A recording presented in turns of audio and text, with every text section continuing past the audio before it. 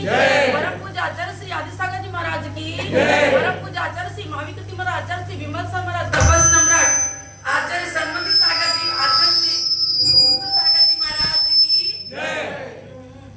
परम पूज्य प्रथम गणनियारिका रत्न श्री 105 निजमती माता जी की जय। जैन धर्म की जय। चिन्मानी माता की जय। कन्यालिका के बाद विमल वर्मा माता जी की जय। लड़का संघ की जय। भवसागर के बीच भंवर में फंसी हुई है मेरी नाव, भवसागर के बीच भंवर में फंसी हुई है मेरी नाव, पाप रूप पानी से भरकर डूब रही है पूरी नाव, पाप रूप पानी से भरकर डूब रही है पूरी नाव। वीतरागता की डोर डालकर, वीतराग की डोर डालकर खींचा श्री मुनि सुव्रत ने, पैठन के भगवान तुम्हें करती बारंबार नमन, करती बारंबार नमन। जब बोलो श्री मुनि सुव्रत नाथ भगवान की जय। बंधु, वास्तव में क्षेत्र में एक ऐसी चुंबकीय शक्ति है, जैसा कि सभी गुरु बता के जाते हैं, लगता है कि साक्षात मुनीश्वरनाथ नाथ भगवान जीवंत विराजमान है, वैसी ऊर्जा मिलती है, वैसी ही हमें एक रोशनी ऐसी मिलती है जहां हम त्याग और वैराग को गुणाकार रूप से वर्धित कर सकें।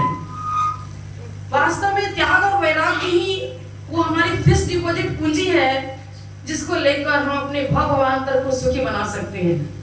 और उस भावना को रिचार्ज करने के लिए यदि सबसे अधिक अक्षयकारी क्षेत्र कोई दिखता है तो पैठन ही दिखता है। भगवान की जय। ऐसा 1 महीने से मैंने अनुभव प्राप्त किया और सभी गुरुवर यही बात कह के जाते हैं, पर ये कोई दिखावटी नहीं, सच्चाई को मैं बता रही हूँ। यहाँ पर हमारे आचार्यों ने बताया भी है कि क्षेत्र वही हमारे लिए लाभकारी बनता है जहाँ पर हम पंचेंद्रिय विषय भोगों से विमुख होते हुए त्याग और वैराग की भावना को वर्धित कर सकें।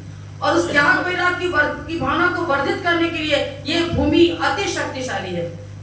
गणनियारिका विजयमती माता जी एक दृष्टांत सुनाती थी, भले ही वो किसी वैष्णव संप्रदाय से लिया हुआ हो, लेकिन बहुत ही शिक्षाप्रद है। रामचंद्र और सीता और लक्ष्मण तीनों जब वनवास के लिए निकले तो जाते जाते किसी गांव में पहुंचे। अब उस गांव में पहुंचते ही लक्ष्मण बहुत क्रोधित हो चुका, कहने लगा कैसे ये मेरे भाई भावच अपने भी दुखी रहते हैं, मुझे भी दुखी कर रहे हैं, कंटकों में पत्थरों में चलना, भूख प्यास सहन करना, सर्दी गर्मी सहन करना, क्या करूं। और कुछ गलत शब्दों का ही प्रयोग करने लग गए अपने बड़े अग्रज के प्रति, मतलब एक अपमानजनक बातें। तो रामचंद्र जी ने सोचा, जो हमेशा भक्ति करता आया है, आज इसके परिणाम इतने उग्र कैसे हो गए। वो बहुत दूरदर्शी थे, उन्होंने वहां से कुछ मिट्टी उठाई और अपने पल्ले में बांध ली, पल्ले बांध के चल दिए, कुछ नहीं बोला, उसको कोई रिप्लाई नहीं दिया, आगे बढ़े।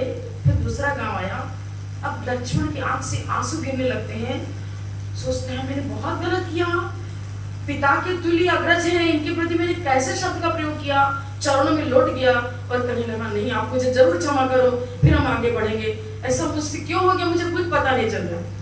रामचंद्र जी ने कहा कुछ नहीं, उस मिट्टी को बिछा दिया, इस पर खड़ा हो जाओ। फिर उसके परिणाम ऐसे हुए। मिट्टी का बहुत अधिक असर पड़ता है, भूमि तो बहुत अधिक शक्तिशाली है, उस भूमि की शक्ति को लेकर के तो हम सामेल शिखर की वंदना करते हैं, पावपुर की वंदना करते हैं, लेकिन सामेल शिखर भले ही प्रसिद्ध सिद्ध क्षेत्र हो, लेकिन हमारे आचार्य बताते हैं 2.5 द्वीप में कोई भी भूमि ऐसी नहीं जहाँ से भगवान मोक्ष न गए हो। लेकिन तपस्या विशेष जो रामचंद्र जी की रही और सीता लक्ष्मण आदि का जो यहाँ निवास स्थान था, उन्होंने विशेष तपस्या की। खरदूषण ने जो यहाँ पर विशेष साधना करी, उस साधना के कारण इस भूमि में आज भी चतुर्थकालीन वर्गणाएं मुझे नजर आती हैं और वैसी शक्तियां नजर आती हैं। तो मैं ये बताऊंगी, जिस माता जी के शब्दों में कुछ व्यक्त करूंगी भावना। देखिए हमें मनुष्य भाव मिला, आप पतंग उड़ाते हो तो क्या करते हो, डोरी, वो डोरी क्या करती, जहां पतंग को ले जाना चाहो वहां ले जाया जा सकता है। अब हमारे पास कौन सी डोरी है जो मैं उड़ाकर इतनी ऊंचाई तक ले जाए कि हम सिद्धालय पहुंच जाएं। बताओ क्या लिख रहे हैं, ज्ञान वैराग्य रज्जुना नित्य उत्पत्तिवर्तिना चित्तेन सक्केना धर्तुम इंद्रिय वाजिना। क्या बता रहे, ज्ञान और वैराग्य ही वो रस्सी है, रज्जु है, और हमारा चित्त इस मन की कल्पना तुलना किससे करी? इंद्रिय बाज पक्षी होता है, बहुत खतरनाक होता है। हमारे लिए यही खतरनाक बन रहा है। कभी कहता है लड्डू खाने को चाहिए, कभी कहता पेड़ा चाहिए, कभी कहता इधर क्लब में चलो, यहाँ घूमने चलो। पंचेंद्रिय विषयानुराग की दौड़ वो बाज पक्षी का काम कर रही है, जो मुझे पाप पंख की ओर ले जाती, पाप की ओर। तो अब क्या करना? वैराग, ज्ञान और वैराग ही वो रज्जु है जिसके द्वारा हम उधर से खींचते हैं और सन्मार्ग में अपने मन को लगाते हैं, जिनेंद्र भक्ति में लगाते हैं, गुरु भक्ति में लगाते हैं, स्वाध्याय में लगाते हैं। त्याग और वैराग की भावना इनके माध्यम से जागृत होती है। तो मुझे यही लगता है मैं कैसे छोड़ के जाऊं? मुझे सचमुच में आप क्या बताऊं, अंदर से इच्छा बिल्कुल नहीं हो रही जाने की, लेकिन हमें चयन तो करना ही पड़ेगा कि चातुर्मास कहाँ करना। और महाराष्ट्र की यात्रा के लिए ही निकली हूँ, तो ज्यादा गर्मी होने पर हम नहीं विहरण कर सकेंगे, तो इसलिए मैं 2 मिनट और बोलूंगी। एक दृष्टांत सुना सकती हूँ क्या? हमें बताना चाहती हूँ गणियान का विजयमती माता जिससे हमने दीक्षा ली, उन्होंने मैं दीक्षा क्या दी? उन्होंने मुझे वो टिकट दी है जिससे हम निकट भाव में मोक्ष जा सकते हैं। वो टिकट बहुत कीमती टिकट है, उनके उपकार को भाव में नहीं भूल सकते हम। इस प्रकार की लौकिक टिकटें किसी स्टेशन पर आपको कहीं नहीं मिलेंगी किसी, गुरु ही वो टिकट हमें देते हैं। और कौन सी टिकट? पैसा नहीं देना पड़ता है, बस व्रत नियम संयम लो उनसे। वही टिकट इतना महत्वपूर्ण होता है कि आपको तुरंत एरोप्लेन से भी ज्यादा गति है उसकी। अरे वो ग्वाला का जीव सुदर्शन सेठ बन गया और उसी पास से मोक्ष चला गया। वो तो ग्वाला था, कुछ नहीं जानता था। और हम तो स्वाध्याय करते हैं, निरंतर पूजन पाठ सब करते हो, हमारे लिए तो बहुत सरल काम हो जाएगा। लेकिन ज्ञान वैराग का रज्जु तो हाथ में रहना चाहिए, तभी पतंग उड़ सकेगी, तभी आत्मा जो है उड़ती ऊपर उड़ते सिद्धालय में पहुंच सकेगी। लेकिन उसका प्रयोग तो करना पड़ेगा विधिवत। और जिसको पतंग उड़ाने नहीं आता उसके हाथ में रस्सी दे दो तो क्या करेगा? कुछ नहीं कर पाएगा। तो 2 चित्रकार थे, वो राजभवन में पहुंचे और कहने लगे मैं बहुत अच्छा चित्र बनाना जानता हूँ, आप मुझे राजभवन में कुछ आज्ञा दें, मैं जरूर आपकी सेवा करूंगा। तो कहा कि ठीक है देता हूँ। एक बहुत बड़ा हॉल था, सुंदर बना हुआ था, लेकिन चित्रकारी नहीं थी। तो ले गया उन दोनों को और कहा नहीं आपको इस दीवार पर आपको चित्र बनाना है, दूसरी दीवार पर आपको बनाना है। बीच में पर्दा डलवा दिया, दोनों चित्रकार एक दूसरे के चित्र को नहीं देखेंगे। अब क्या हुआ? 6 महीने का समय दिया कि हम 6 महीने के बाद आएंगे और आपकी कला देखेंगे। और एक चित्रकार तो क्या करता, घिसता दीवार को, और दूसरा तो अच्छे पेंट ला करके अच्छे कलर ला करके अपने सबसे अच्छी चित्रकारी करने लग गया। अब 6 महीना होने को आगंतुक लोग कहने क्या करा तू, दिवाली घिस रहा है, 6 महीना पूरा होने को क्या दिखाएगा तू राजा को? घिसता ही रहा। राजा आया उसके 1 दिन पहले तक घिसता ही रहा होता दीवार। अब राजा तो परीक्षण करना तुलनात्मक का, पर्दा हटा दो। अब पर्दा हटा दिया तो उधर के सारे चित्र घिसी दीवार पर झलकने लग गए। और रफ दीवार थी तो उसमें शाइनिंग नहीं थी उतनी, और ये रफ नहीं थी, बिल्कुल चिकनी एकदम दर्पण की तरह हो गई थी। तो सारे के सारे चित्र दर्पण में भित्ति में झलक रहे थे। अब क्या हुआ? हमें भी यही करना है, घिसाई करनी है अपने आत्मवृत्ति की। वो क्रोध मान माया लोग जो रफ हमारे जीवन को रफ बना रहे हैं, अच्छा गंदा कर रहे हैं, उनको हटाएंगे तो लोग सब हमारे अंतःकरण में चित्रित होने लग जाएगा।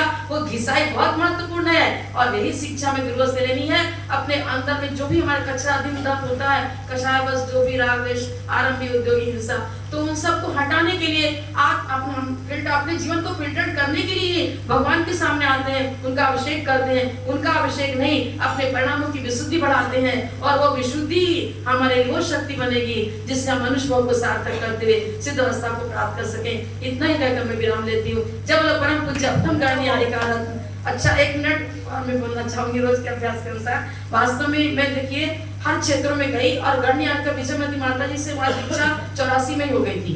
तमिलनाडु में बहुत गई, यहाँ भी सब जगह, उत्तर भारत दक्षिण भारत सब जगह यात्रा हुई मेरी। यहाँ तो रिपीटिशन हो रहा है, गणनीय माता जी के साथ भी यहाँ आई थी। लेकिन मैंने देखा बहुत ही एक तरह से मैं विशेषता कुछ बनावटी नहीं बता रही हूँ। कहीं भी गए तो कुछ ना कुछ तो हमें कहना पड़ता था कि मुझे ये व्यवस्था चाहिए, आप ये व्यवस्था कर दो, ये चीज ला के दे दो, ये कर। यहाँ तो बिना बोले ही ये मंत्री जी बार बार कहते हैं और कुछ लेना और क्या चाहिए हमें बताओ, बताने की देर है और तुरंत सामान हाजिर, तुरंत व्यवस्था हाजिर। अभी भी जाते समय भी इन्होंने पूरी व्यवस्था 2 महीने की हमारे संघ की कर दी है और ऐसा हमने कभी देखा ना सुना ना कभी किस जगह देखा, हमें नजर आया, सुनने को भी मिला। तो ये वास्तव में एक प्रशंसनीय, यहाँ के सारे समाज के लोग बहुत ही अति प्रशंसनीय है। मैं अध्यक्ष श्री महावीर जी प्रजातिया, मंत्री श्री विराज जी पहाड़ी, कोषाध्यक्ष विजय पापड़ीवाल और अभिजीत काला जी जो प्रतिदिन यहाँ आते हैं, क्षेत्र में सेवा करते हैं, और किशोर जी भाकड़े का तो कहना ही क्या, हमेशा भक्ति में लीन रहते हैं। सारी व्यवस्था कुछ भी बची खुची है सब संभालते हैं और यहाँ बराबर समय पर आना सभी ट्रस्टियों का।